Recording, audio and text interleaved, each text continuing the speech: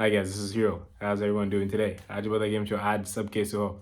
So today I'm going over Mars's transit in the sign of Pisces. Okay, so this occurs from April 23rd to June 1st.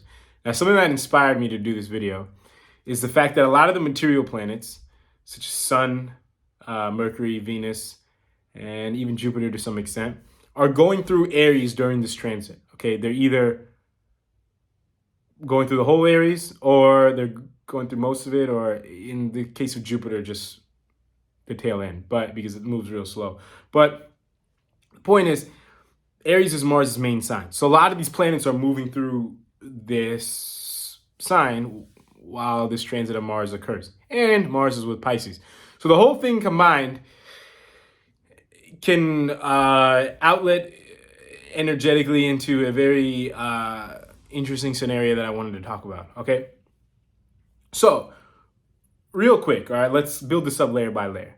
So Mars is what? Mars is a planet of, like, you could say at a general sense, like aggression, right? Like doing something, starting something, that kind of stuff. Okay, like aggressively starting to pursue something, or that energy, that drive to get something going also, okay? Now, you put this in Pisces, right? Now, what is Pisces? Pisces is a sign of detachment, okay? So, at a general sense, you put this planet of Mars in Pisces, you get a very nonchalant, relaxed, possibly even lazy attitude, okay, in terms of starting things, or in general, just doing things that you need to do or need to get going and things like that, okay? Now, how does Rahu play in here? Well, Rahu's the illusion, right? So how does the illusion affect this scenario? Well, let me ask you a question. Actually, let me start off with something first. See, there's people in life that are lazy, or that are nonchalant, or too relaxed, or something like that, and they know it, and they might be trying to do something about it, or that they at least acknowledge that it would be beneficial for them to do something about it, okay? But now, however, there's another group of people who are lazy, and they somehow are convinced that this is a good thing, and that this actually makes them even better than everybody else, okay? So hopefully that kind of sinks in, and you may or may not know people or new people that kind of relate to this sort of energy that I'm trying to describe, and you can understand how Rahu impacts Mars and Pisces here, okay? Basically, you could be lazy, right? Like a little bit lazier than usual, not really trying to start stuff, whatever. And your Rahu could kind of convince you that that's actually a good thing and things like that, okay?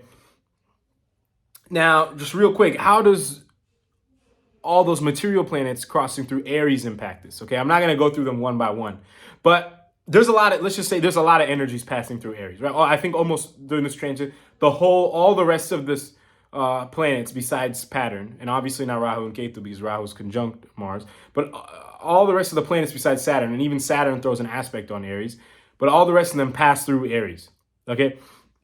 And Aries is a sign of what? Aries is a sign of like new beginnings, you can say, or like starting new things, right? Things like that. So these planets, right, like Mercury, which governs your thought process, Venus, which governs your enjoyment, they're all in the sign of new beginnings. So your thought process is forming new patterns. You're learning to enjoy new things, right? Your sun's in here. Sun gets exalted in Aries, but your sun's kind of, going through a whole new shift here, right? Sun's the identity. So, okay, so there's a lot of newness going on, right? Which is cool. But now you have to understand the planet that governs newness is in the sign of detachment, and it's with Rahu. Okay, so indirectly, all these planets are impacted by Rahu, because the ruler of all these planets during this transit is with Rahu, right? And yeah, so I'll continue from there. So you have Mars, right? It's being lazy, and the Rahu's kind of convincing it that, hey, this is a good thing, blah, blah, blah. Now, you have all these things trying to try new stuff. But here's the thing, your Mars is lazy, right? So what's going to happen? You're going to want to enjoy new things or develop new patterns like mental patterns based off of the lazy stuff that you're doing. And let me kind of give you an example. Okay, this is just one hypothetical example. This can outlet itself in a myriad of ways, but this is just kind of like one way to kind of get the ball rolling. You obviously have to analyze, what house Pisces is and all this kind of stuff, and what other things could be there natally in your dashas and all this kind of stuff. But just at a general sense, let's say you should, I don't know, do some sort of outdoor activity daily, right? And your Mars is not really feeling it, right? You're not really feeling like going outside and doing that. And then your Rahu actually tells you this is a good thing. That, it's not good to go outside because you could get injured. I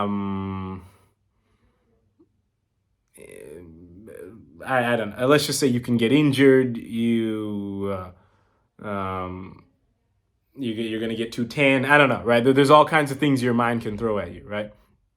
Now, like I said, Rahu is the illusion. These things may or may not have that much of a strong basis, okay? But Rahu is going to throw all kinds of things at you, right? It could be even the smallest things. Like, let's just say you need to go swimming and it's like, the chlorine all of a sudden is not good for your skin, right? I mean, like, that's not really something that you can, I'm not saying that chlorine is not good for your skin, but like all of a sudden, your Rahu's hyping up this thing in your brain because it's kind of feeding into that detachment energy of, oh, don't do anything, right? Now, so already you're lazy, and your Rahu's convincing you that it's not only okay, but it's actually good to be lazy. It's beneficial to be lazy. It's beneficial to not do all this stuff. Now, your Venus, your Mercury, your Sun, and a little bit of your Jupiter are in Aries, right? And they're kind of trying to find new stuff to do. So your Rahu's like, don't let's just say don't exercise because you don't want to get hurt. So your Venus and your Mercury, and let's just say it's like, watch TV instead. And then so your Venus and your Mercury could kind of come together and be like, hey, you know what? While watching TV, let's, do work. Let's do our work while watching TV, and let's also have a nice, possibly unhealthy snack on the side, right? Now, you might be wondering, how did you pull this example so specifically out with the situation? I'll explain why. So the Mars, right? The actual example isn't important. You're probably not going to have this exact example, but the important is understanding why I said the example. So Mars, right? So all of a sudden it's in Pisces, right? It doesn't want to do anything.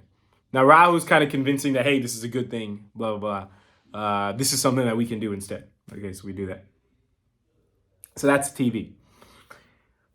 And then the Venus and the Mercury, for example, are working together, right? Venus is all about enjoyment, right? Enjoying the process. And Mercury is all about your rational intelligence, right? So your Mercury is going to kind of want to get a benefit out of this situation. And your Venus is kind of going to want to enjoy, right? So it's like, hey, let's enjoy our work while watching TV, right? So it's not like, we feel frustrated. Oh, we got to work and all this stuff. Let's watch TV. And then let's also have a little snack, right?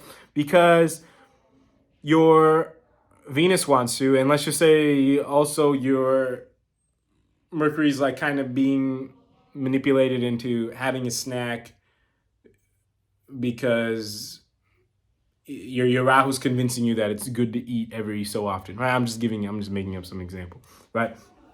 The point is, you're going to try to form new patterns, okay? Now, notice this. Now, I guess I'm already 9 minutes into this video. So what's, I guess, the main takeaway here, okay? Main takeaway is this. One, try to notice when Mars is listening to not only the energies of Pisces, but the energies of Rahu in the sense of not doing stuff and being convinced that it's not good, okay? Because what you kind of want to do, I'm not going to say you want to directly do them, but you kind of do, but if you need to take a step back or a notch back, that's okay. For example, don't not go to the gym, right? Like, let's just say, your Rahu convinced you, or your Mars in Pisces is not allowing you to go to the gym. You can go to the gym, but don't not go to the gym, but try to go and just do some like more calm exercises, right? Or more exercises that are not going to that are not as stressful on your body, or some things like that, right? Try to do as much as you can, right? Because you're gonna have some hindering or some limitations, because I think this transit is a little bit too strong for the most people. But don't be swindled by it completely. Okay, don't be carried away by it completely. Okay, and let's just say you are getting carried away to the point where you don't do some of the things that you're doing. Okay, the thing that you're supposed to.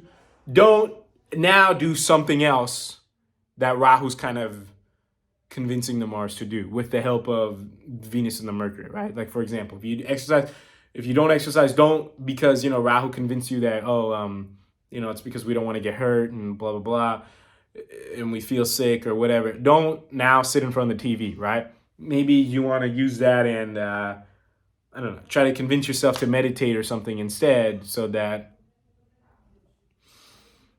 I don't know, your mind can get healthier, and then that will hopefully cause you to feel less sick, and it'll take some stress off your body. Okay, I don't know, but this is just an example. But that's kind of the point I'm trying to make. That don't